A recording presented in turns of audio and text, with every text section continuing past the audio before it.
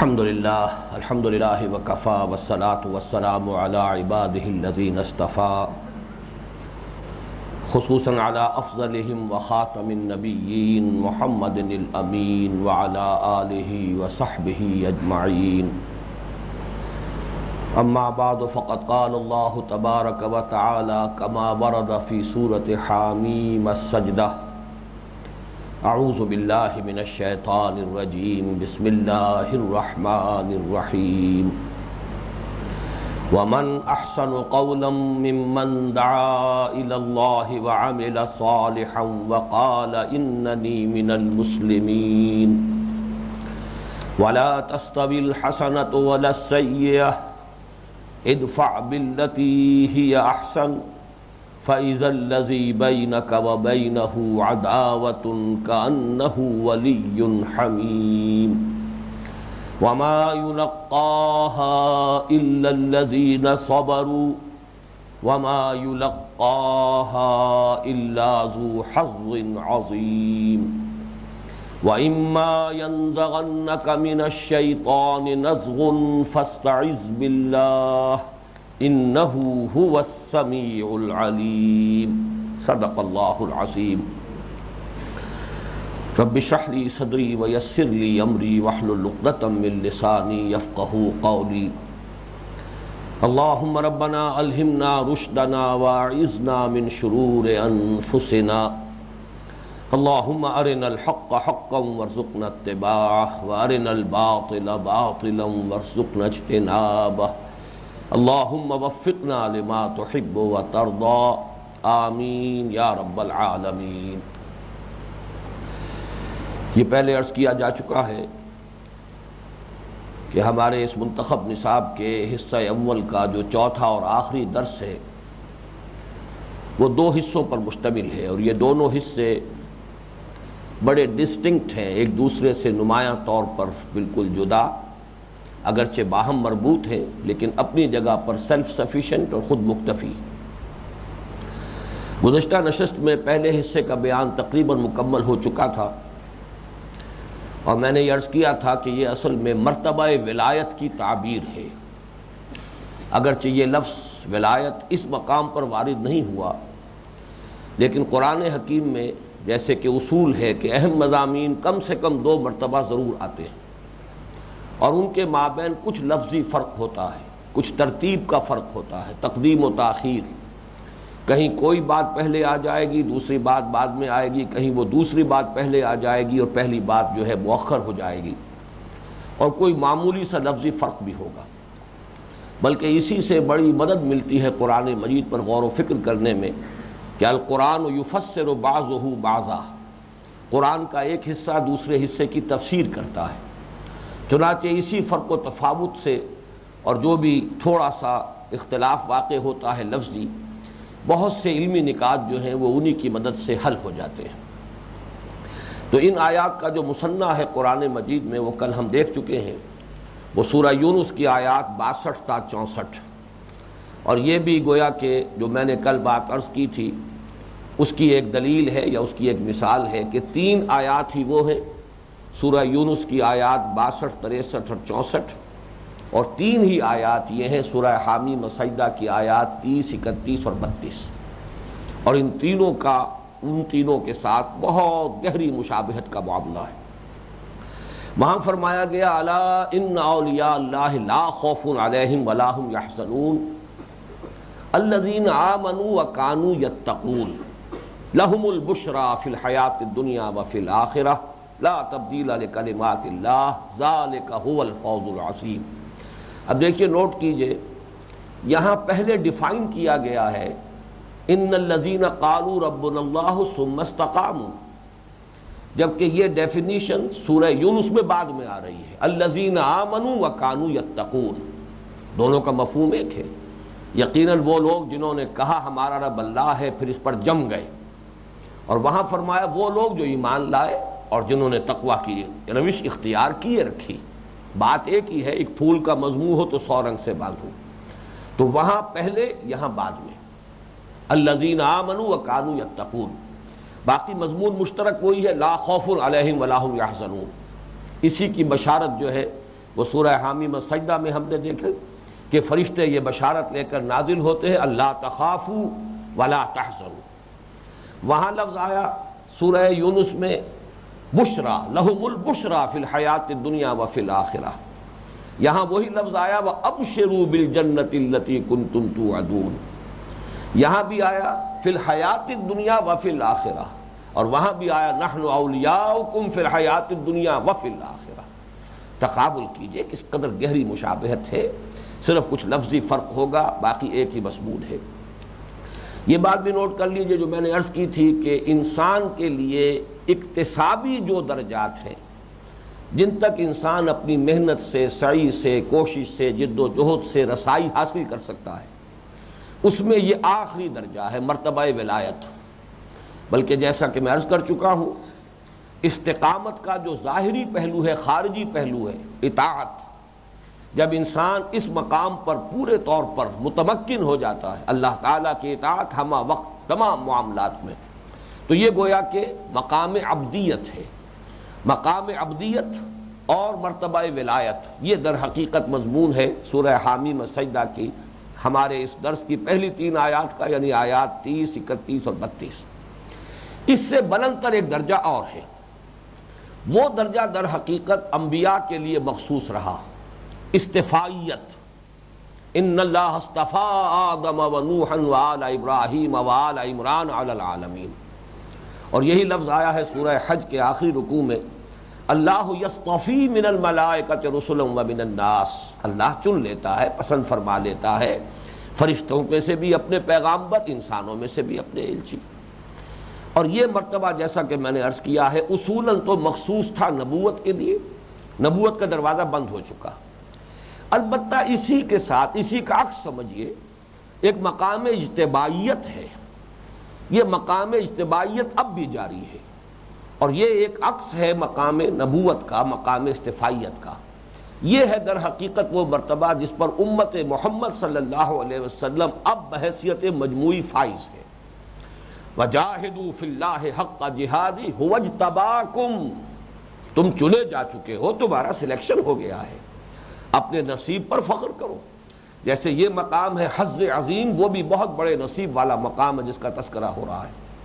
بہرحال اس پر گفتگو ہوگی انشاءاللہ تعالی جب سورہ حج کا وہ آخری رکوع ہم پڑھیں گے، وہ ہمارے اس منتخب نصاب کے تیسرے حصے کا آخری درس ہوگا، جیسے کہ یہ درس جو ہے جو اس وقت ہم جس کا مطالعہ کر رہے ہیں یہ پہلے حصے کا آخری درس ہے۔ اس پہلے حصے میں سے صرف آخری جو آیت ہے نزلا من غفور الرحیم، تو نزل کی وضاحت تو میں کر چکا ہوں، لیکن غفور اور رحیم اللہ تعالیٰ کی 2 صفات، اللہ تعالیٰ غفور ہے، اللہ رحیم ہے، یہ اس ہستی کی طرف سے مہمان نوازی ہوگی اور ابتدائی مہمان نوازی ہوگی جو غفور الرحیم ہے۔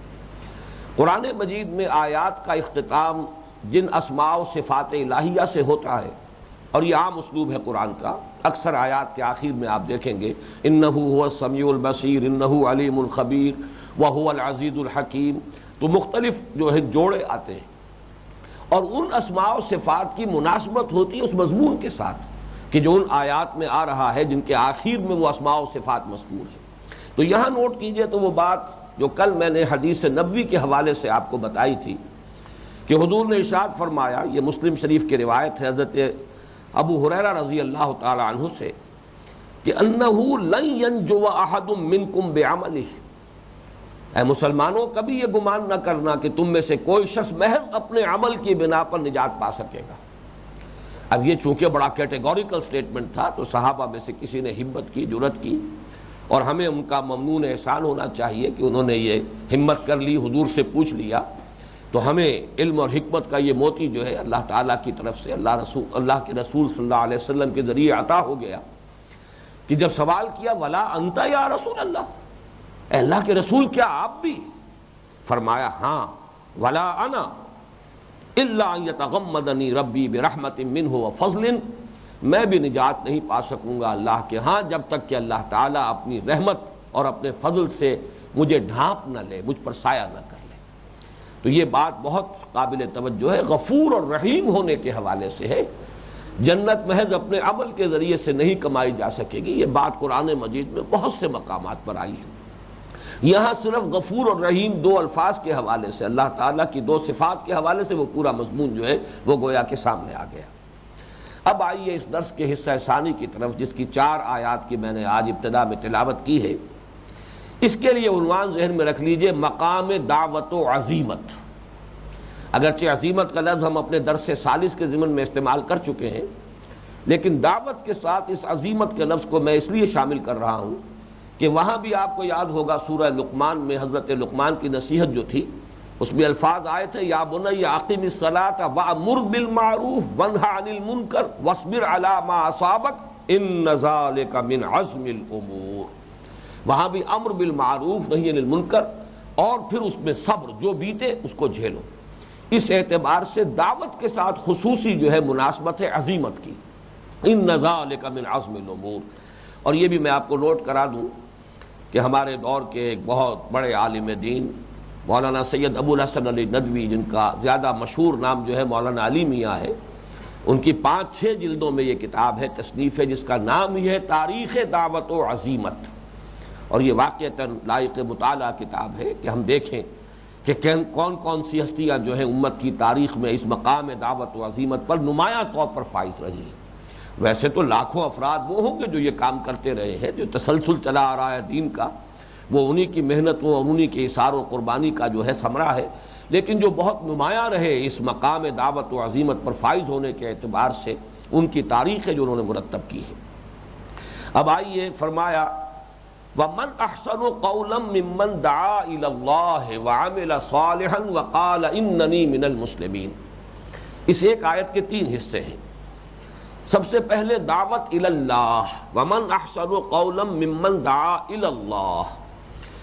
اس شخص سے بہتر کون ہوگا بات کے اعتبار سے، قول کے اعتبار سے۔ یہ قول جو آیا ہے یہاں تمیز، یہ گویا کہ مناسبت جو ہے اس کو بیان کیا جا رہا ہے کہ احسن کسی اور اعتبار سے اور بھی ہو سکتے ہیں، اپنی شکل میں، صورت میں، رنگ میں، روپ میں بہت سے لوگ احسن ہو سکتے ہیں، لیکن یہاں جن کا تذکرہ ہو رہا ہے کہ جو اپنی بات کے اعتبار سے، اپنے قول کے اعتبار سے جو سب سے اعلیٰ ہوں اور سب سے اونچے ہوں، ومن احسن قولا، کون ہوگا بہتر، کون ہوگا حسین تر قول کے اعتبار سے اس شخص کے مقابلے میں، ممن دعا الی اللہ، جس نے پکارا اور بلایا اللہ کی طرف۔ اس کے لیے بھی مثنیٰ نوٹ کر لیجئے، قرآن مجید میں سورہ نحل کے آخری حصے میں آیت نمبر 125 ہے، وہاں یہ فعل امر کی شکل میں آیا، ادعو الی سبیل ربک بالحکمت والموعظۃ الحسنۃ وجادلہم باللتی ہی احسن۔ اب اس کا پہلا ٹکڑا جو ہے ادعو الی سبیل ربک، وہ اس ٹکڑے کے ساتھ جو ہے مناسبت رکھتا ہے، اور اسی حصے میں جو آگے مضمون آئے گا ادفع باللتی ہی احسن، اس کے ساتھ مناسبت ہے وجادلہم باللتی ہی احسن۔ اس اعتبار سے اس حصے کا مثنیٰ جو ہے وہ ایک تو یہ آیت ہے سورہ نحل کی آیت نمبر 125، اگرچہ اس کا ایک دوسرا حصہ بھی ہے، وہ میں بعد میں عرض کروں گا۔ اب یہ جو فرمایا کہ اس شخص سے بہتر کون ہوگا اپنی بات میں، اپنے قول میں، تو اس کو نوٹ کیجئے کہ انسان کا اعلیٰ ترین وصف جو اسے حیوانات سے ممیز کرتا ہے وہ اس کی یہ گویائی ہے، اس کا نطق ہے۔ حیوان ناطق قرار دیا گیا انسان کو، اور یہی بات ہے کہ جو سورہ رحمان کی ابتدائی آیات میں آئی ہے، الرحمن علم القرآن خلق الانسان علمہ البیان۔ انسان کا سب سے نمایاں وصف جو ہے وہ بیان ہے، یہ قوت بیان، اظہار ما فی الضمیر، وہ خیالات اور تصورات جو ہے ان کو الفاظ کا جامہ پہنا کر بیان کرتا ہے، کمیونیکیٹ کرتا ہے، دوسروں تک پہنچاتا ہے۔ تو گویا کہ یہ نطق اور گویائی یہ انسان کا سب سے اونچا وصف ہے، سب سے اعلیٰ وصف ہے، یہ انسان کا مابہل امتیاز وصف ہے، یہ ان حیوانوں سے اس کو ممیز کرنے والے جو چند امور ہیں ان میں سے ایک نمایاں امر ہے۔ اب ظاہر بات ہے کہ ہر انسان کو اللہ نے زبان تو دی ہے اور ہر انسان اس کا استعمال کرتا ہی ہے۔ ایک استعمال تو زبان کا ہوتا ہے عام اپنی دنیاوی ضروریات کے ضمن میں، وہ تو خیر سب انسان کر رہے ہیں۔ اس سے آگے اس کا جو خصوصی استعمال ہے وہ یا تو ہمارے ہاں مثلا وکلاء ہیں، ان کی کمائی کا ذریعہ جو ہے وہ در حقیقت ان کے حسن بیان پر ہے، کسی بات کو بہتر سے بہتر انداز میں، مدلل سے مدلل انداز میں، زوردار انداز میں بیان کر سکیں، اسی میں ان کی مہارت اور ان کی کامیابی جو ہے اس کا راز پنہا ہے۔ اسی طریقے سے جو عام سیاسی قائدین ہیں ان میں یہ خطابت کا وصف، ڈیمیگوگز مشہور ہیں، وہ لوگ کہ جو اپنے فن خطابت کی بنیاد پر اپنی قوموں کو جو ہے وہ موٹیویٹ کرتے ہیں، ان میں ایک جذبہ پیدا کر دیتے ہیں، پھر ان کے ڈکٹیٹر بن کر کھڑے ہو جاتے ہیں۔ چنانچہ ہٹلر کے بارے میں معلوم ہے، ڈیمیگوگ تھا، بہت بڑا خطیب اور جذبات کی رو میں لوگوں کو بہا لے جانے والا آدمی۔ اسی طرح ہمارے ہاں دنیا دار وائس، ان کا بھی اصل وصف تو یہی ہے، ان کے بارے میں ہم یہی کہہ سکیں گے کہ کلمۃ حق ارید بہا الباطل، بات تو وہ صحیح ہی کہتے ہیں، اگر چاہیے کہ دنیا داری کی وجہ سے وہ اس کو غیر مؤثر بنا دیتے ہیں، لا حاصل ہو جاتا ہے ان کے لیے بھی دوسروں کے لیے بھی، وہ لوگوں کے لیے صرف وقتی تفنن طبع کا تو ایک ذریعہ بن جاتا ہے، لیکن یہ کہ نہ کوئی پائیدار تبدیلی لوگوں میں آتی ہے، نہ ان کے لیے کوئی آخرت میں اجر و ثواب ہے۔ بہرحال اس سے میں نے جیسے کہ اس کے ساتھ صفت ایڈ کر دی ہے کہ دنیا دار واعظ، ورنہ جو شخص خلوص اور اخلاص کے ساتھ واعظ کہے، لوگوں کو نصیحت کرے، وہ تو ایک بہت قیمتی کام ہے۔ تو اس اعتبار سے اور آگے بڑھیے، غلط نظریات کا پرچار، مختلف دعوتیں اٹھتی ہیں، مختلف تحریکیں اٹھتی ہیں، کوئی قومیت کی بنیاد پر تحریک اٹھتی ہے، کوئی وطنیت کی بنیاد پر قومیت کو تحریک اٹھتی ہے، کوئی غلط افکار و نظریات، یہ جو ازم دنیا میں آئے، مارکسزم اور کمیونزم اور مختلف ازم جو آئے ہیں، فاشزم، ان کے حوالے سے تحریکیں اٹھی ہیں۔ ان تمام کے پیچھے اگر آپ تجزیہ کریں گے تو وہی زبان کا استعمال ہے، وہی فن خطابت ہے، وہی قوت بیان کا استعمال ہے۔ اب یہی قوت بیان اگر استعمال ہو، وَمَنْ أَحْسَنُ قَوْلًا مِّمَّنْ دَعَا إِلَى اللَّهِ، جیسے کہ میں یہ محاورہ بہت مرتبہ استعمال کیا کرتا ہوں وہ سورۃ رحمان کی ان آیات کی وضاحت میں، کہ جیسے کہ آپ کہتے ہیں کہ توپ سے مکھیاں نہیں ماری جاتی، جتنی بڑی کوئی شے ہے اتنا ہی بڑا اس کا مصرف ہونا چاہیے، جتنی کوئی اعلیٰ شے ہے اتنا ہی اعلیٰ اس کا مصرف ہونا چاہیے۔ تو یہ قوت بیان جو ہے یہ تو انسان کا اعلیٰ ترین وصف ہے، اسے صرف ہونا چاہیے بہترین کام میں، اعلیٰ ترین مقصد کے لیے، اور وہی ہے در حقیقت کے جو مرکزی مضمون ہے ان آیات کا، الرحمن، اللہ کے ناموں میں سب سے اونچا نام، علم القرآن، اللہ نے جو کچھ سکھایا ہے انسانوں کو ان میں سب سے اونچا علم قرآن کا علم، خلق الانسان، اللہ نے جتنی بھی مخلوقات پیدا کی ہیں ان میں سب سے اونچی مخلوق، اشرف المخلوقات انسان، علمہ البیان، اور انسان کو جو صلاحیتیں عطا کی ہیں ان میں سب سے اونچی صلاحیت بیان۔ اس کا منطقی نتیجہ وہ ہے جو حدیث میں آیا ہے، بخاری شریف کی روایت ہے حضرت عثمان ابن عفان سے مروی، خیرکم من تعلم القرآن وعلمہ، تم میں سے بہترین لوگ وہ ہیں جو قرآن سیکھیں، قرآن سکھائیں۔ اپنی اس قوت بیان کا مصرف یہ ہو کہ قرآن کو بیان کریں، تبیین کریں۔ اس اعتبار سے یہاں بھی نوٹ کر لیجئے، وَمَنْ أَحْسَنُ قَوْلًا مِّمَّنْ دَعَا إِلَى اللَّهِ وَعَمِلَ صَالِحًا، اس دعوت اللہ کے ضمن میں میں نے بالکل ابتدا میں سن 66 میں یا 65 میں لاہور منتقل ہوا تھا، سن 68 میں ملتان میں میں نے ایک تقریر کی تھی دعوت اللہ اسی آیت پر بیس کر کے، اور وہ اس کے بعد شائع بھی ہوئی، بہت سے اس کے جو ہے ایڈیشن شائع ہو چکے ہیں، مختصر سا کتابچہ ہے۔ اب اللہ کے فضل و کرم سے ہمارا جو وہ انگریزی کتابچوں کا سیٹ ہے اس میں اضافہ ہو گیا ہے، اس کا انگریزی ترجمہ بھی شائع ہو گیا ہے۔ اس اعتبار سے مجھے یہ اطمینان ہے کہ مجھے بہت زیادہ وقت لینے کی ضرورت نہیں ہے، اب ہمارے چونکہ لٹریچر میں وہ شے موجود ہے کہ جس کو ریفر کر کے اس دعوت اللہ کے جو لوازم ہیں، جو اس کے تقاضے ہیں، ان کو تفصیل کے ساتھ سمجھا جا سکتا ہے۔ اس لیے میں آج یہاں یہ سہولت محسوس کر رہا ہوں کہ میں اجمال سے کام لے سکتا ہوں۔ حضور صلی اللہ علیہ وسلم کا ایک قول سنا کر پھر میں آگے بڑھتا ہوں، ان من الشعر لحکمۃ وان من البیان لسحرا، بہت سے شعر ایسے ہوتے ہیں کہ جو سراپا حکمت، دانائی، اور بہت سے بیان ایسے ہوتے ہیں کہ جو جادو اثر ہوتے ہیں، ان میں جادو کا اثر ہوتا ہے، وہ سحر کا کام کرتے ہیں۔ تو اس صلاحیت کو اللہ تعالیٰ نے جس کو بھی عطا کیا ہو اسے چاہیے کہ وہ اسے دعوت اللہ میں اس صلاحیت کو صرف کرے۔ اب آئیے یہاں جو فرمایا وَمَنْ أَحْسَنُ قَوْلًا مِّمَّنْ دَعَا إِلَى اللَّهِ، اور وہاں فرمایا ادعو إِلَى سَبِيلِ رَبِّكَ، تو نوٹ کر لیجئے ان دونوں میں کوئی فرق نہیں ہے۔ بالکل اسی طریقے سے جہاد فی اللہ اور جہاد فی سبیل اللہ، ان میں کوئی فرق نہیں ہے۔ خام خواہ لوگوں نے جہاد فی اللہ کا مفہوم کچھ اور بنانے کی کوشش کی ہے۔ اللہ کی طرف بلانا، اللہ کے راستے کی طرف بلانا، کوئی فرق نہیں۔ اسی طریقے سے اللہ کے لیے جہاد کرنا، اللہ کے راستے میں جہاد کرنا، کوئی فرق نہیں۔ تو اسی اعتبار سے وہ مثنیٰ سامنے رہے، ادعو الی سبیل ربک۔ اسی طریقے سے سورہ یوسف میں کہلوایا گیا، قل ھذہ سبیلی ادعو الی اللہ علی بصیرۃ انا ومن اتبعنی۔ کہیں دعوت الی اللہ کا لفظ آئے گا، کہیں دعوت الی سبیل رب یا سبیل اللہ کی طرف آئے گا۔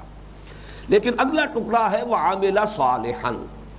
یہاں جو یہ عمل صالح کا تذکرہ ہو رہا ہے، یہ دعوت کی تاثیر کی شرط لازم کے طور پر۔ دعوت مؤثر ہوگی دعوت الی اللہ جبکہ وہ داعی جو ہے وہ خود اس کا عمل درست ہو، اس کا عمل شاہد بنے، نمونہ بنے، دلیل بنے، حجت بنے۔ یہی ہے در حقیقت اس کی تاثیر کی اصل جو شرط ہے اور اس کی کنجی ہے، اس کی کلید ہے۔ اس اعتبار سے بھی میں نہیں سمجھتا کہ کچھ بہت زیادہ تفصیل میں جانے کی ضرورت ہے۔ قرآن مجید میں بھی مذمت آئی ہے ان لوگوں کی کہ جو لوگوں کو خیر کی دعوت دیتے ہوں، نیکی کی تلقین کرتے ہوں، بھلائی کی طرف بلاتے ہوں اور خود اپنے آپ کو بھول جاتے ہیں۔ چنانچہ سورہ بقرہ کے 5ویں رکوع میں جس کا تذکرہ جو ہے اسی درس کے ضمن میں پہلے بھی ہو چکا ہے، 7 آیات پر مشتمل وہ رکوع جو ہے وہ اہل کتاب سے خطاب کے ضمن میں بمنزلہ سورہ فاتحہ ہے، اسی درجے کی فضیلت کی حامل وہ 7 آیات ہیں۔ وہاں فرمایا گیا تأمرون الناس بالبر وتنسون انفسکم وانتم تتلون الکتاب افلا تعقلون۔ کیا تم لوگوں کو نیکی کا حکم دیتے ہو، بھلائی کی تلقین کرتے ہو اور اپنے آپ کو بھول جاتے ہو، درحال کہ تم کتاب کی تلاوت کرتے ہو، تو کیا تم عقل سے کام نہیں لیتے؟ اس کتاب کو بس ایسے ہی پڑھ جاتے ہو تورات کو کہ جس کو سمجھتے نہیں اور غور نہیں کرتے۔ جیسے قرآن مجید کے بارے میں فرمایا فلا یتدبرون القرآن ام علی قلوب اقفالها، کیا یہ قرآن پر تدبر نہیں کرتے یا ان کے دلوں پر تالے پڑ چکے ہیں؟ تو یہاں پر بھی نوٹ کر لیجئے، اور اسی طرح احادیث میں بھی مذمت وارد ہوئی ہے اس شخص کی کہ جو خیر کی دعوت دے، خود تو لوگوں کو بھلائی کی طرف بلائے لیکن اس پر خود عامل نہ ہو۔ یہ پہلو تو گویا کہ اظہر من الشمس ہے، لہذا اس کی مزید تفصیل میں وقت نہیں لے رہا، لیکن میں یہ چاہتا ہوں کہ اس اعتبار سے اس میں بھی کچھ افراط و تفریط کا معاملہ ہو جاتا ہے، تو ایسا نہ ہو کہ اس تفریط میں ہم مبتلا ہو جائیں۔ اس کے ضمن میں 3 باتیں نوٹ کر لیجئے۔ جہاں تک عمل صالح کا تعلق ہے، ظاہر بات ہے کہ اس کے درجات بہت بلند بھی ہیں، اور کسی انسان کے لیے کبھی بھی یہ ممکن نہیں ہو سکتا کہ وہ یہ کہہ سکے کہ میں نے عمل صالح کی تکمیل کر لی، بلکہ اگر کوئی شخص یہ کہے گا تو گویا کہ وہ مغرور ہے، ذوم میں مبتلا ہے، وہ خامخواہ کے عجب میں اور تکبر میں مبتلا ہو گیا ہے۔ یہاں سے تو ترقی معکوس شروع ہو جائے گی۔ تو یہ سلسلہ تو جاری رہنا ہے، اس کے اندر انسان جو ہے بلند سے بلند تر ہے، جستجو کی خوب سے ہے خوب تر کہاں۔ لہذا ایسا نہیں ہونا چاہیے کہ انسان اس وجہ سے دعوت کے عمل کو روکے رکھے جب تک میں اپنے عمل کی تکمیل نہ کر لوں، اس لیے کہ تکمیل تو وہ کبھی ہوگی ہی نہیں۔ اس اعتبار سے یہ تفریط کا معاملہ ہے۔ ایک تو وہ درجہ ہے کہ سرے سے انسان اپنے آپ کو بھولے ہوئے ہو، صرف واعظ کہہ رہا ہو لوگوں کے دکھاوے کے لیے یا کچھ دنیا کی چیزیں حاصل کرنے کے لیے۔ اگر یہ ہو رہا ہے تو یہ وہ افراط ہے، اور یہ تفریط دوسرے درجے پر آ جائے گی، دوسری انتہا پر، کہ انسان اس دعوت کے عمل کو روکے رکھے۔ اس میں یہ ہے کہ سائیڈ بائی سائیڈ یہ چیزیں چلتی رہنی چاہیے۔ اس اعتبار سے اگر انسان اس وجہ سے رکا رہ جائے گا تو آپ سوچئے کہ فائدہ شیطان کا ہوگا، نقصان دین کا ہوگا۔ اس لیے اس کو کبھی بھی رکاوٹ نہیں بننا چاہیے۔ پھر دوسری بات یہ نوٹ کیجئے کہ دعوت بلا عمل بھی بالکل غیر مؤثر نہیں ہے۔ آخر کچھ لوگ تو ایسے بھی ہوتے ہیں کہ جو اس اصول پر عمل کر سکیں۔ اصول بہت قیمتی ہے۔ انظروا الی ما قال ولا تنظروا الی من قال، یہ اصول 100% درست ہے۔ تم یہ دیکھا کرو کہ کسی نے کیا کہا ہے، یہ نہ دیکھا کرو کس نے کہا ہے۔ یہ میں سمجھتا ہوں کہ در حقیقت جو انسان بھی اپنے لیے بہتری چاہتا ہے وہ تو تلاش میں ہوگا مجھے کلمہ حق جہاں سے مل جائے، جیسے کہ فرمایا حضور نے کہ الحکمت ضالۃ المؤمن هو احق بها حیث وجدها۔ چاہے کسی چور کے پاس ہے آپ کا سامان، آپ لبکیں گے کہ یہ میری شے ہے۔ اسی طریقے سے حکمت کا کوئی موتی جو ہے کسی ایسے شخص کی طرف سے آ رہا ہے جو خود اپنے کردار اور سیرت کے اعتبار سے اس کے ساتھ متناسب کوئی کوئی تعلق نہیں رکھتا، نسبت نہیں رکھتا، تب بھی حکمت کا موتی تو موتی ہے۔ ہیرا تو ہیرا ہوگا چاہے وہ گندگی میں پڑا ہو، انسان اس گندگی میں سے بھی اس کو اٹھائے گا، صاف کرے گا اس کو، اس لیے کہ اسے تو اس ہیرے کی طلب ہے، اسے تو حکمت اور ہدایت جو ہے اس کی طلب اور آرزو ہے۔ اور ایسے لوگ ہوتے ہیں جن میں یہ صلاحیت ہوتی ہے، یقیناً کم ہوتے ہیں، لہذا تاثیر دعوت کا دائرہ محدود تو ہو جائے گا، اس میں کوئی شک نہیں۔ جیسے کہ عوام الناس تو یہی دیکھیں گے کہ عمل کیا ہے، جب تک کہ وہ کشش محسوس نہیں کریں گے عمل کے اعتبار سے، سیرت و اخلاق کے اعتبار سے، وہ آپ کی بات بھی نہیں سنیں گے۔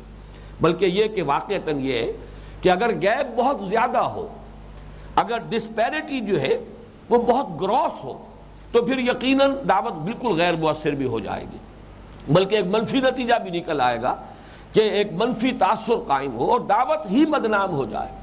کہ جب ایسا شخص پیش کر رہا ہے جس کی دھیلے کی وقت نہیں ہے اپنے سیرت و کردار کے اعتبار سے، تو اس بات کی بھی پھر کیا وقت ہے، اس پر توجہ دینے سے کیا حاصل ہے۔ لیکن یہ اس انتہا پر ہوگا جبکہ در حقیقت وہ ایک گیپ جو ہے بہت زیادہ نمایاں، لیکن یہ کہ ایک انسان کوشش کر رہا ہے، اپنے طور پر بھی آگے بڑھ رہا ہے۔ پھر یہ بھی نوٹ کیجئے کہ دعوت بلا عمل جو ہے وہ خود داعی کے حق میں بہت مفید ہے، الا یہ کہ بدنیت ہی ہو، اس لیے کہ خود داعی کے لیے وہ آٹو سجیشن کے درجے میں بات آ جاتی ہے۔ بار بار ایک بات کو تکرار کرتے ہیں آپ، جس کو کہ جدید سائیکالوجی میں آٹو سجیشن کہتے ہیں، یہ بات بہتر ہے، یہ بات اچھی ہے، یہ بات صحیح ہے، یہ بات غلط ہے، کہتے کہتے انسان کے اپنے اوپر، اپنے باطن پر اس کا اثر پڑتا ہے۔ اور یہ کہ اگر ضمیر بالکل ہی مر چکا ہو تو بات دوسری ہے، ذرا بھی اس میں زندگی کی حرارت اگر ہوگی تو انسان جو ہے دروں بینی سے کام لے گا، اپنے دامن کو دیکھے گا، اپنے باطن میں جھانکے گا۔ تو یہ دعوت جو ہے الی الخیر یا دعوت الی اللہ، یہ یقیناً اگرچہ عمل جو ہے اس درجے کا نہ ہو تب بھی مفید ہے۔ یہ میں نے چند نکات اس لیے نوٹ کرا دیے ہیں کہ اس کی وجہ سے دعوت کے عمل سے دستکش ہونا درست نہیں ہے۔ اب آگے چلیے، فرمایا وَمَنْ أَحْسَنُ قَوْلًا مِّمَّنْ دَعَا إِلَى اللَّهِ وَعَمِلَ صَالِحًا وَقَالَ إِنَّنِي مِنَ الْمُسْلِمِينَ، اور وہ کہے کہ میں بھی مسلمانوں ہی میں سے ہوں۔ اس کا یہاں کیا محل ہے، کیا مقام ہے، کیا ربط ہے، کس وجہ سے یہ الفاظ یہاں آئے؟ دو پہلو سامنے آتے ہیں۔ ایک تو یہ کہ یہ کلمہ تواضع ہے کہ میں کوئی شے دیگر نہیں ہوں، مجھے کچھ اور ہونے کا دعویٰ نہیں ہے، میں بھی مسلمانوں میں سے ہوں۔ یہ در حقیقت یہ تواضع کا کلمہ ہے، اور دعوت کی تاثیر کے لیے تواضع بہت ضروری ہے، اس لیے کہ تکبر اور تعجب جہاں ہوگا، تعجب جو ہے عجب سے میں لفظ استعمال کر رہا ہوں، جہاں عجب ہوگا، جہاں بھی تکبر اور عجب ہوگا، وہاں واقعہ یہ ہے کہ جس کو ہم کہتے ہیں کہ کچھ انویزیبل چینلز ہوتے ہیں کہ جس سے انسان دوسرے انسانوں پر اثر انداز ہوتا ہے۔ اگر آپ میں تکبر ہے، اگر آپ میں عجب ہے، اگر آپ میں اپنے کچھ ہونے کا بہت احساس ہے، تو اس کا نتیجہ نکلے گا کہ لوگ آپ سے بھاگیں گے، آپ کے قریب نہیں آئیں گے۔ تواضع ہے وہ آپ کی طرف آئیں گے، یہ اس کا ایک منطقی اور فطری نتیجہ ہے۔ اس اعتبار سے تواضع جو ہے، اس کو اگر آپ چاہیں تو اب نوٹ کیجئے، ہمارا تیسرا سبق جو تھا اس کے بھی آخر میں جو آیت آئی تھی، وَلَا تُصَعِّرْ خَدَّكَ لِلنَّاسِ وَلَا تَمْشِ فِي الْأَرْضِ مَرَحًا إِنَّ اللَّهَ لَا يُحِبُّ كُلَّ مُخْتَالٍ فَخُورٍ، وہ جو دعوت کا وہاں عمل آیا تھا، وَأْمُرْ بِالْمَعْرُوفِ وَانْهَ عَنِ الْمُنكَرِ وَاصْبِرْ عَلَىٰ مَا أَصَابَكَ إِنَّ ذَٰلِكَ مِنْ عَزْمِ الْأُمُورِ، یہ بڑے ہمت کے کاموں میں سے ہے۔ اور اس کا لیے ایک اس کا تقاضا یہ بھی ہے، تکبر ویسے بھی بری شے ہے، عجب ویسے بھی بری شے ہے، اس کو مہلکات میں ہی اشدہن شمار کیا ایک حدیث میں کہ حضور نے فرمایا ثلاث منجیات و ثلاث مہلکات، تین وصف ایسے ہیں جو انسان کو نجات دینے والے ہیں، تین ایسے ہیں کہ جو انسان کو ہلاک کرنے والے ہیں۔ ہلاک کرنے والوں میں فرمایا وَإِعْجَابُ الْمَرْءِ بِنَفْسِهِ وَهِيَ أَشَدُّهُنَّ، انسان کا اپنے آپ کو کچھ سمجھنا، ہم چما دیگرے نیست، بس میں تو اب وہاں پہنچ گیا ہوں۔ اور ظاہر بات ہے جو شخص مقام دعوت پر فائز ہو گیا ہے وہ بڑے شدید خطرے میں ہے، اس لیے کہ بہرحال اس نے کچھ منزلیں طے کی ہیں اپنے علم میں، اپنے فہم میں، اپنی سمجھ میں، اور اس نے کچھ نہ کچھ اپنے دامن کو بھی صاف کیا ہے، اپنے باطن کی بھی صفائی کی ہے۔ تو شیطان جو ہے اس پر جو سب سے کاری وار کرے گا وہ یہی ہے کہ اس کے اندر ایک خود پسندی پیدا ہو جائے، اس کے اندر ایک عجب پیدا ہو جائے، اپنے کچھ ہونے کا احساس پیدا ہو جائے، اپنی بڑائی اور کبریائی کا احساس پیدا ہو جائے، تکبر پیدا ہو جائے۔ اور جیسے کہ آپ کو معلوم ہے یہ بدترین شے ہے، مہلکات میں شدید ترین ہے۔ انسان کو تباہ و برباد کرنے والی چیزوں میں سے سب سے زیادہ مؤثر شے، سب سے زیادہ مہلک شے۔ اس اعتبار سے جیسا کہ میں نے عرض کیا، یہ جو اعتدال کا معاملہ ہے، جیسے ابھی افراط و تفریط کی بات ہو رہی تھی، نہ یہ ہو کہ انسان جو ہے وہ دعوت کو ترک کر بیٹھے اس لیے کہ ابھی تو میرا عمل اس قابل نہیں، اور نہ یہ ہو کہ انسان سرے سے اپنے آپ کو بھول جائے۔ یہ اعتدال کو آسان کام نہیں ہے۔ بارہا میں نے عرض کیا ہے کہ توازن اور اعتدال بڑی انکا چیزیں ہیں، اس لیے کہ جو وہ الفاظ آتے ہیں محاورے میں، بال سے زیادہ باریک اور تلوار کی دھار سے زیادہ تیز راستہ پل صراط، در حقیقت دنیا میں بھی ہم پل صراط پر چل رہے ہوتے ہیں۔ تو انسان کے اندر یہ عجب، اور دوسری طرف جو ہے انسان اپنے آپ کو گرا رہا ہے اور سائل بن کر لوگوں کے سامنے جا رہا ہے، احتیاج اپنی لوگوں کے سامنے پیش کر رہا ہے، گویا کہ عزت نفس کا جو ڈھیلا قرارا، ان دونوں کے درمیان اعتدال بھی بہت مشکل۔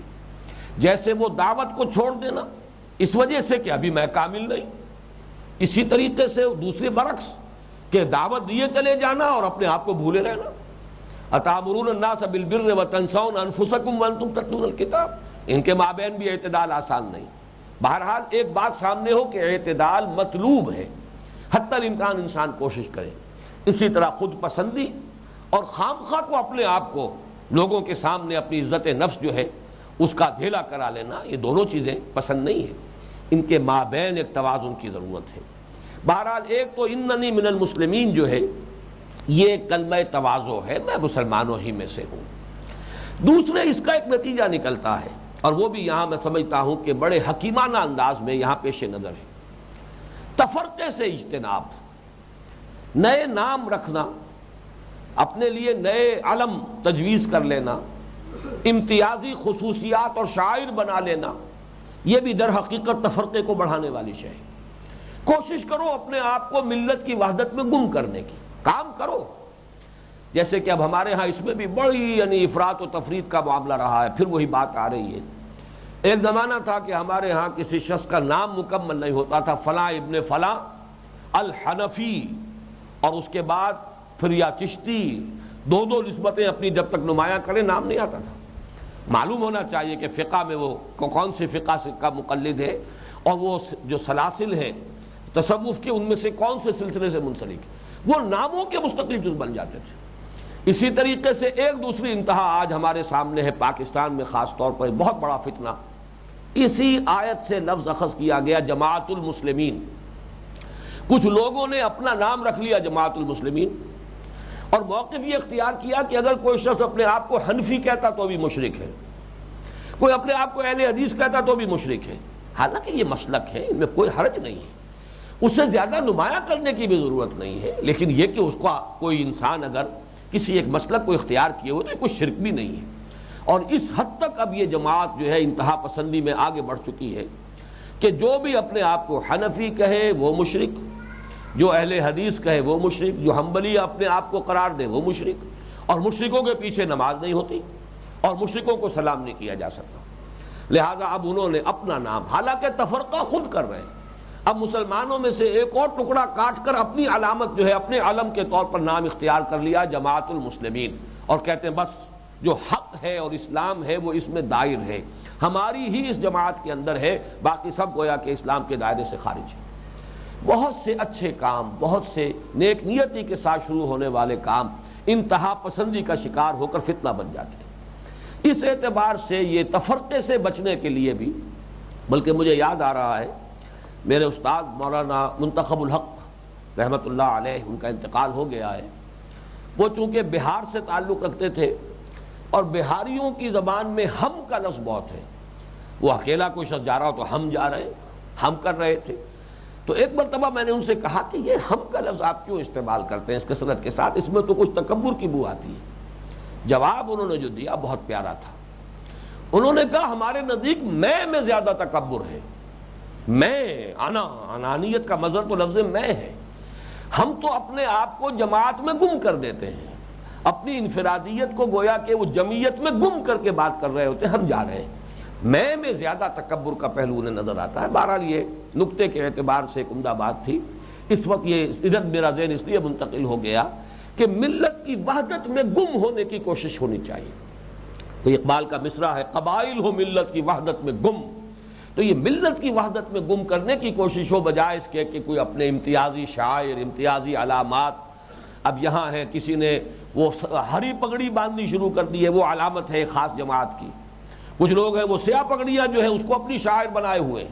یہ مختلف قسم کے شاعر جو ہیں مختلف جماعتوں نے اور مختلف جو گروہ ہیں انہوں نے بنائے ہیں اپنے آپ کو ممیز کرنے کے لیے. مسجدوں میں چند چیزیں جو لکھی جاتی ہیں وہ ممیز کرنے کے لیے. مسجد کے پیشانی پر لکھا ہوگا یہ مسجد حنفیہ ہے یا یہ مسجد اہل حدیث ہے. یہ ساری چیزیں جو ہے یہ در حقیقت پسندیدہ نہیں ہے. مسجد مسجد ہے. انسان انفرادی طور پر کسی مسلک کا عامل ہو وہ ایک مجبوری ہے. اب ظاہر بات ہے کہ براہ راست استنباط قرآن اور سنت سے کرنا ہر شخص کے بس کا روگ نہیں ہے. یہ تو وہی کر سکتے ہیں جو مجتہد ہوں، جنہوں نے اس میں اپنی زندگیاں کھپائی ہوں. وہ کسی پر اعتماد ہے، اس کے اعتماد کی بنیاد پر جو ان کا استنباط ہے قرآن و سنت سے اس پر عمل کر رہے ہیں. تو اس کو بھی اس طریقے سے جو ہے خام خواہ اسے یعنی کنڈیم کرنا یہ بھی ایک انتہا پسندی ہے. لیکن دعوت کی یہاں پر دو شرطیں بیان ہوئی. وَمَنْ أَحْسَنُ قَوْلًا مِّمَّنْ دَعَا إِلَى اللَّهِ وَعَمِلَ صَالِحًا وَقَالَ إِنَّنِي مِنَ الْمُسْلِمِينَ اللہم ربنا اجعلنا منہم اللہم ربنا اجعلنا منہم. اب اگلی آیت پر آئیے. وَلَا تَسْتَوِي الْحَسَنَةُ وَلَا السَّيِّئَةُ. دیکھیے یہ بڑا قرآن مجید کا پیارا اسلوب ہے. بات شروع کرو ایک ایسے اصول سے، ایک ایسے یونیورسل ٹروتھ سے، ایک ایسی آفاقی حقیقت سے جس کی نفی ممکن ہی نہ ہو. اس سے یہ ہے کہ اگلی بات کے قبول کرنے کے لیے طبیعت میں آمادگی پیدا ہو جائے گی. یہ بھی دعوت کے بنیادی اصولوں میں سے ہے. جو آپ کا مخاطب ہے پہلے تلاش کیجئے کہ میرے اس کے درمیان کوئی شے قدر مشترک کے طور پر بھی ہے کہ نہیں. وہاں سے بات شروع کیجئے. اگر آپ بات وہاں سے شروع کریں گے جو مابہ الاختلاف ہے تو یہ بات کبھی نتیجہ خیز نہیں ہوگی. وہ خلیج کبھی پاٹی نہیں جا سکے گی. اس کی میں مثال دیا کرتا ہوں جیسے زپ ہوتا ہے. وہ زپ کو نیچے سے کھینچیں گے تو سارا بند ہوتا چلا جائے گا. اوپر سے جوڑنے کی کوشش کیے تو نہیں جڑے گا وہ. تو اس اعتبار سے گفتگو شروع ہو دعوت کے لیے کسی قدر مشترک سے. اللہ ربنا و ربکم لنا اعمالنا و لکم اعمالکم. اللہ ہمارا بھی رب ہے، تمہارا بھی رب ہے. ہمارے لیے ہمارے اعمال ہے، تمہارے لیے تمہارے اعمال ہیں. یہ جو چیزیں مشترک ہیں اس سے. تو یہاں پر وہ مشترک ہونے کے علاوہ یہ تو یونیورسل ٹروتھ، ایک ایسی آفاقی حقیقت. وَلَا تَسْتَوِي الْحَسَنَةُ وَلَا السَّيِّئَةُ. اور اسی کے حوالے سے نوٹ کر لیجئے، یہ ربط میں نوٹ کراتا جا رہا ہوں تیسرے درس سے. معروف منکر لفظ وہاں آیا تھا. وَأْمُرْ بِالْمَعْرُوفِ وَانْهَ عَنِ الْمُنْكَرِ. وہی در حقیقت حسنہ اور سیئہ. جو شے معروف ہے وہ حسنہ ہے، جو منکر ہے وہ سیئہ ہے. تو ظاہر بات ہے کہ فطرت انسانی پہچانتی ہے، منکر سے ابا کرتی ہے، معروف کی طرف اسے کشش محسوس ہوتی ہے، اس کی طرف میلان ہے. چاہے کسی سبب سے جا نہ سکے، بڑھ نہ سکے، کوئی مجبوری ہو، کوئی مصلحت ہو، کوئی خوف ہو، کوئی اندیشہ ہو، لیکن طبیعت کی کشش ہے. انسان کی فطرت جو ہے وہ خیر کی طرف بڑھنا چاہتی ہے. یہاں فرمایا دیکھو نیکی اور بدی، خیر اور شر، بھلائی اور برائی برابر نہیں ہے. نتیجہ اس کا کیا نکالنا؟ ادفع باللتی ہی احسن. دفاع کرو، دفاع کرنا دور کرنا. ادفع دور کرو یعنی مخالفت کو دور کرو. تمہاری جو مزاحمت ہو رہی ہے دعوت کے راستے میں اس سے نبردآزمہ ہونے کے لیے، اس سے نبٹنے کے لیے طریقہ وہ اختیار کرو. ادفع باللتی ہی احسن، جو سب سے عمدہ، اعلیٰ ترین. دعوت تمہاری سب سے بلند ہے، دعوت اللہ من احسن قولا. تو جیسے وہ افعل التفضیل کا صیغہ ہے، سپرلیٹو، من احسن قولا ممن دعا الی اللہ. اسی طریقے سے مخالفت جب ہو، اور مخالفت تو ہوگی، لیکن یہ کہ اس مخالفت کے جواب میں تمہارا طرز عمل کیا ہونا چاہیے؟ ادفع باللتی ہی احسن. دفاع کرو اس طور سے جو نہایت عمدہ بلکہ سب سے عمدہ. اس میں در حقیقت، اور اس سے جیسا کہ میں نے عرض کیا تھا جو سورہ نحل کی آیت نمبر 125 ہے وہاں بھی الفاظ آئے وَجَادِلْهُمْ بِالَّتِي هِيَ أَحْسَنُ. جدال کی ضرورت ہی پڑ جائے، ظاہر بات ہے مخالفین کی طرف سے مخالفت ہو رہی، جواب دینا پڑے گا، وضاحت کرنی پڑے گی. ان کے الزامات اگر ہیں غلط ہیں، جھوٹے ہیں، ان کی وضاحت کرنی ہوگی، صفائی کرنی ہوگی. دفاع تو ضروری ہے، لیکن یہ کہ وہ جدال ہو، دفاع ہو باللتی ہی احسن. وہی الفاظ جادلہم باللتی احسن، ادفع باللتی ہی احسن. اس میں گویا کہ اشارہ ہے کس بات کی طرف؟ یہ جو ایک نقشہ ہے ہمارے سامنے محمد الرسول اللہ صلی اللہ علیہ وسلم کا مکے میں جو 12-13 برس آپ کے، یہ جو انداز ہے کہ لوگ گالیاں دیں آپ دعائیں دیں، لوگوں کی طرف سے پتھراؤ ہو آپ پھول پیش کریں، پھولوں کے بدلے میں جواب میں پتھر، گالیوں کے جواب میں دعائیں۔ جو کچھ ہوا ہے طائف میں، جو کچھ حضور کے ساتھ سلوک کیا طائف والوں نے، وہ آپ کو معلوم۔ لیکن آخر میں جب آیا ہے وہ ملک الجبال، وہ فرشتہ جو پہاڑوں پر معمور ہے، اس نے عرض کیا ہے کہ اللہ نے مجھے بھیجا ہے، اگر آپ فرمائیں تو ان پہاڑوں کو ٹکرا دوں جن کے مابین یہ طائف کا شہر آباد ہے، کہ اس کے رہنے والے پس کر سرما بن جائیں۔ آپ نے فرمایا نہیں، کیا عجب کہ اللہ تعالیٰ ان کی آئندہ نسلوں کو ہدایت دے دے۔ اور جب بھی کبھی ایسا معاملہ ہوتا تھا، رب اہد قومی انہم لا یعلمون، پروردگار میری قوم کو ہدایت دے دے۔ یہ جانتے نہیں، جو کچھ کر رہے ہیں یہ در حقیقت ناواقفیت میں کر رہے ہیں، جہالت میں کر رہے ہیں، ان کے تعصبات ہیں، ان کی عصبیتیں ہیں آبائی، جس کی وجہ سے ان کی آنکھوں اور کانوں پر پردے پڑ گئے۔ تو فرمایا ادفع باللتی احسن، اس کا نتیجہ کیا نکلے گا؟ فَإِذَا الَّذِي بَيْنَكَ وَبَيْنَهُ عَدَاوَةٌ كَأَنَّهُ وَلِيٌّ حَمِيمٌ، تو وہی شخص کہ جس کے اور آپ کے مابین، جس کے اور تمہارے مابین دشمنی ہے، ایسے ہو جائے گا جیسے نہایت گرم جوش دوست، نہایت جگری دوست، جسے ہم محاورے میں کہیں گے۔ یہاں بھی اگر نوٹ کریں گے تو معلوم ہوتا ہے کہ فطرت انسانی پر یہ ووٹ آف کانفیڈنس ہے جو ظاہر کیا جا رہا ہے۔ انسان کتنا ہی برا ہو، اگر فطرت بالکل مست نہ ہو چکی ہو، اگر بالکل مر نہیں چکا ہے اندر کا انسان، ضمیر میں کوئی رمق بھی ہے، تو آخر کوئی وقت آئے گا کہ سوچے گا، وہ اپنے طرز عمل کو دیکھے گا اور داعی کے طرز عمل کو دیکھے گا۔ میں کیا کر رہا ہوں، یہ کیا کرتا رہا ہے، میں نے الزامات لگائے ہیں اور اس نے جو ہے مجھے دعائیں دی ہیں، یا میرے لیے خیر چاہا ہے، میں نے اس کے لیے برا چاہا ہے، وہ میری خیر خواہی میں لگا رہا ہے۔